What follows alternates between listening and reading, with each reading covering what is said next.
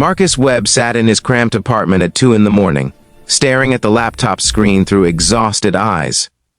Lines of code blurred together as he debugged yet another security patch. At 36, with silver threading through his dark hair and permanent shadows under his eyes, he looked older than his years. In the next room, his 8-year-old daughter, Lily, slept peacefully, her breathing soft and steady through the baby monitor he still kept despite her protests that she was not a baby anymore. Marcus couldn't help it. After losing his wife to cancer 3 years ago, Lily was everything. His phone buzzed, a work email. Marcus's stomach dropped as he read it. Dear Mr. Webb, due to recent budget restructuring, your position as Senior Cybersecurity Analyst at Caldwell Industries has been eliminated, effective immediately. Your final paycheck and severance details are attached. We wish you well in your future endeavors.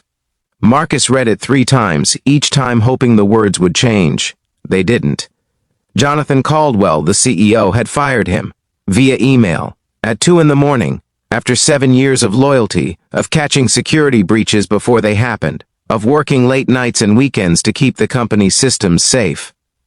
Marcus had known layoffs were coming. The company was struggling, making bad decisions, ignoring his warnings about their outdated security infrastructure.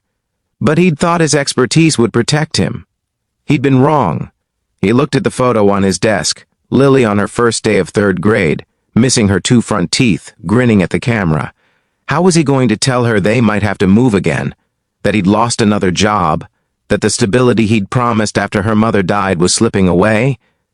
Marcus closed the laptop and tried to sleep, but his mind raced with worry about rent, health insurance, Lily's upcoming school field trip he'd promised to chaperone. 3 days later, Marcus was applying to jobs from his apartment when his phone rang. Unknown number. Normally he'd ignore it, but job hunting meant answering everything. Hello? Is this Marcus Webb? The voice was rough, unfamiliar, with an edge that made Marcus's military-trained instincts kick in. He'd done 4 years in the Army before Lily was born, before he'd transitioned to IT work. Who's asking? Someone who knows you used to work for Caldwell Industries. Someone who knows you're very good at what you do. Someone who has a business proposition for you. I'm not interested in whatever you're selling. Not selling, buying. We need someone with your skills to help us access certain systems. Very lucrative work, very discreet. Marcus felt ice in his veins. You're asking me to hack into my former employer's systems. We're asking you to consult for $50,000. Cash. 1 job, couple hours work, no one gets hurt. The answer is no. Marcus moved to hang up. Mr. Webb, we know you're struggling financially. We know about Lily, about her school, her schedule, where she goes after school while you're job hunting. It would be unfortunate if anything disrupted her routine. The ice became fury. Are you threatening my daughter? We're offering you a very generous opportunity.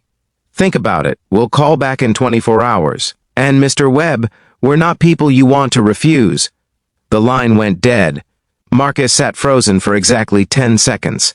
Then his training took over. He immediately called the police, filed a report. But he knew how this worked. Without concrete proof, without knowing who these people were, the police couldn't do much. Then his phone rang again. This time, the caller ID showed Jonathan Caldwell. Marcus almost didn't answer. The man had fired him 3 days ago, but something made him pick up. Mr. Webb. Caldwell's voice was tight, strained. I need your help. That's rich, coming from you. I know I fired you, and I know you have every reason to hang up. But please, listen. I've been kidnapped. Marcus stood up. What? I'm in some kind of warehouse. 3 men. They want access to Caldwell Industries' financial systems. They want me to authorize a transfer of $5 million. I refused. They said if I don't cooperate, they'll go after someone who can give them access. Caldwell's voice broke. They mentioned you. And your daughter. Marcus's blood ran cold. Where are you? I don't know. They blindfolded me in the car. But Marcus, I need you to understand something. Don't help them. Don't give them access. Let them do whatever they're going to do to me, but don't compromise the company's security. And more importantly, protect Lily. Get her somewhere safe. How are you calling me? They stepped out, left a phone on the table. I have maybe 2 minutes before they come back. Marcus was already at his laptop tracing the call. Military training and 7 years in cybersecurity made him very good at this. Keep talking. Tell me anything you can hear. Water, like a river or something. And trains. I hear trains every few minutes. Marcus's fingers flew across the keyboard, pulling up maps, cross-referencing industrial areas near water and rail lines. What else? They knew everything about our security systems. Someone inside the company must have helped them. Marcus, I'm sorry. About the firing. About everything. I made a mistake.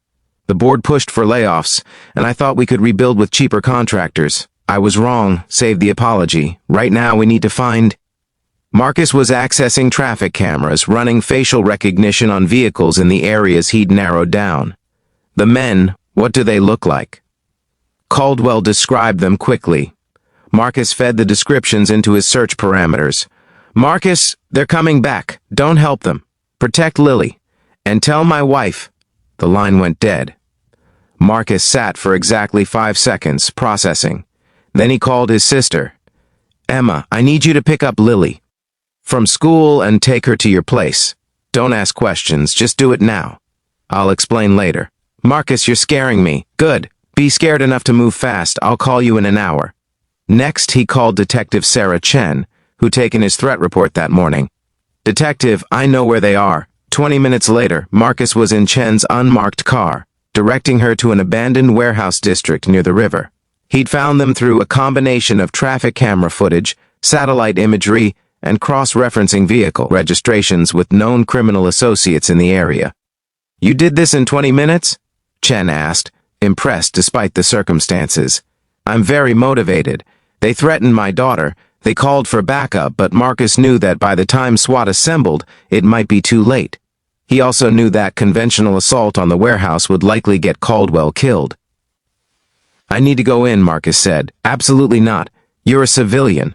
I'm former Army intelligence. I've done this before, and I'm the only person they're expecting to cooperate. Let me be the distraction.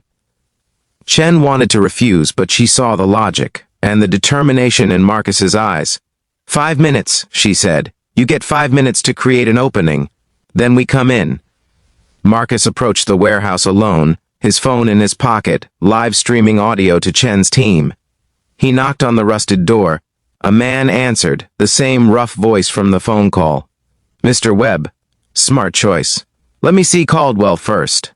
They let him inside. The warehouse was exactly as he'd pictured from the phone call. Jonathan Caldwell sat tied to a chair, bruised but alive. 3 men stood around him, all carrying weapons. The 50,000, Marcus said. Show it to me. The leader gestured to a duffel bag. Right there. Now, access the systems. Marcus pulled out his laptop slowly. I need to explain something first. The security protocols I built for Caldwell Industries have multiple redundancies. If I try to access them from an unauthorized location, the system will lock down completely. Every transaction will freeze. Every account will be flagged. Then we go to the office. Or, Marcus said, his fingers already typing, you could have noticed that I've been stalling for the last 3 minutes while I tracked your digital footprint back through every burner phone you've used, every email account you've accessed, and every security camera within 2 miles of this location. The leader's face changed. What are you talking about? I'm talking about the fact that I know exactly who hired you. Your inside contact at Caldwell Industries is Richard Fleming, the CFO. I can prove it. I have every email, every communication, and I've already sent it all to the FBI. The men looked at each other, uncertain. Marcus continued, his voice steady. You made a mistake when you threatened my daughter. See, I'm just a regular guy trying to raise a kid and pay my bills. I would have let the firing go, would have found another job and moved on. But you brought Lily into this, and gentlemen, that was the wrong father to threaten. You're bluffing. Am I? Then why are there 6 police cars surrounding this building right now? Why can I hear the helicopter overhead?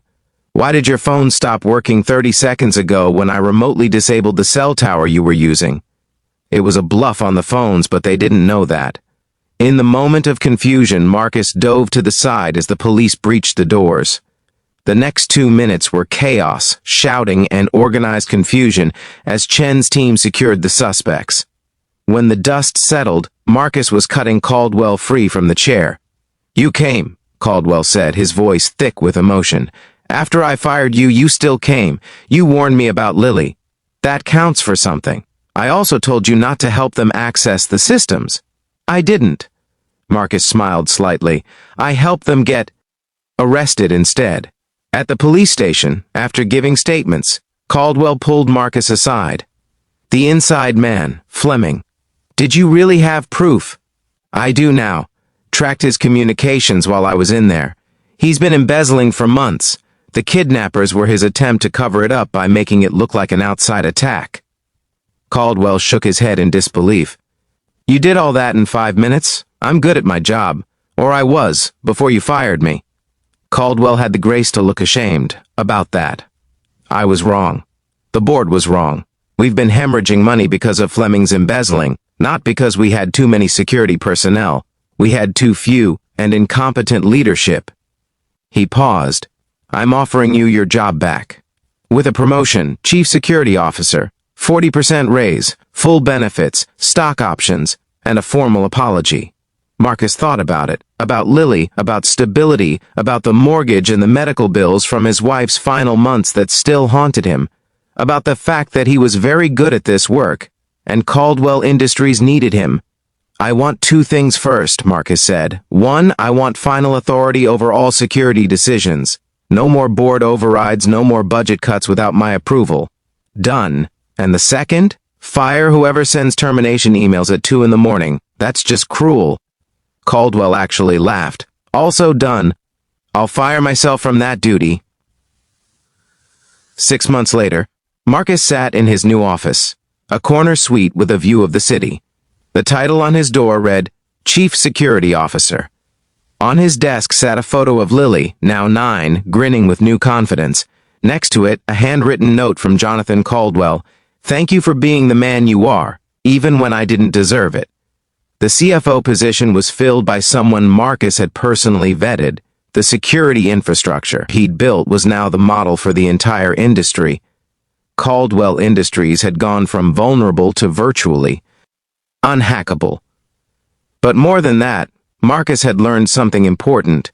He'd thought his worth was tied to his paycheck, to someone else's decision about whether he was valuable enough to keep. The night he rescued Caldwell, he'd realized his worth came from who he was, a father who'd protect his daughter at any cost, a professional who wouldn't compromise his ethics even under threat, a man who'd do the right thing even for someone who'd wronged him. Sometimes we find out who we really are in the moments when everything is at stake. Sometimes the people who fire us need us more than they realize. And sometimes the greatest revenge isn't getting even. It's being so good at what you do that when crisis comes, you're the only one who can fix it. Marcus had been the wrong father to threaten, but he'd also been exactly the right man for the moment, and that, more than any job title or paycheck, was what mattered. If this story resonated with you, please like and share it with someone who knows their worth even when others don't see it. Subscribe for more stories about integrity, second chances, and the power of doing what's right, and leave a comment about a time when your skills or character proved invaluable in a crisis. Your story might inspire someone who's doubting their own worth right now.